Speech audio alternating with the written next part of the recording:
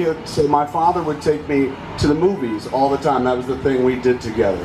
He would also go to the movies with my mom at night sometimes. So one night, I saw my parents have the worst fight that I'd ever seen them had in my life when they came home from seeing Fun with Dick and Jane. And I was young, and I only heard parts of the discussion, but I swear to you, at age 7, because this was 1977, this was the gist of the argument that I got. In the car on the ride home, my mom had started talking about how charming and good-looking George Segal was, and my thin-skinned father started getting really uptight about it, and it escalated. And this was like in the 70s, long before somebody had a list of who they could, get with and shit like that. No hall passes in the 70s. So I remember this. The fight culminates with this. My parents come into the house. They're barking. We don't know what it's about until later. And then they go into the room. And this is, I promise you, it is a true story from my parents, very Catholic parents. This is what I heard come out of the room. If you love George Segal so much, why don't you just fuck him, Grace? So right then and there, I was like, this is an actor for me to watch. Ironically, later that year, 1977,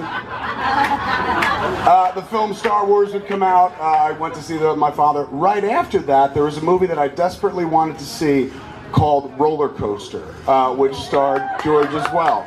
And it was one of the only movies presented in Sense-Around. So, as a kid, I was like, the whole theater's gonna shake, and it's about a roller coaster. And my father took me to see everything, but refused me to take me to see that movie, because he told my wife, he's like, that George Segal's in that movie.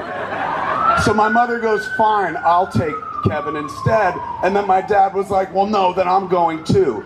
So I sat between two bickering parents watching Roller Coaster while my father openly heckled the movie. And my mother was just like, you just don't like it because I like him. And it went on like that for years. Years later, I got into the movie business. I was working at a place called Miramax. They made a film called Flirting with Disaster, which George was in. I went to one of the screening events, and then I saw my parents shortly thereafter. And since it was like a sticking point with my father for years, like you could just bring up the name George Segal, he'd be like, that fucking guy. So I come to visit my parents, and I said, oh my God, I went to a movie premiere last night.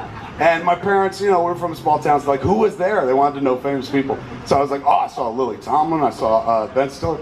And I turned to my father and I said, I saw George Segal. And my mom goes, oh, how does he look? Oh my God. And my father goes, Jesus Christ, this isn't funny anymore. Now that the boy's in the movie business, you could meet George Segal. Stop this. So my father sadly passed away years and years ago and stuff like that.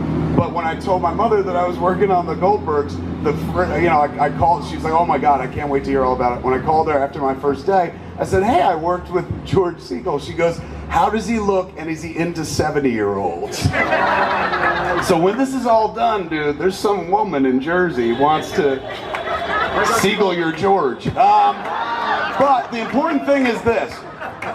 Yes, you're getting a star on the Hollywood Walk of Fame, which is amazing, and it's a lifetime accomplishment that so few people will ever achieve. But more importantly, do you know how good of an actor you have to be to haunt somebody's marriage for 30 fucking years? That's who you are. Give it up for George Segal, ladies and gentlemen.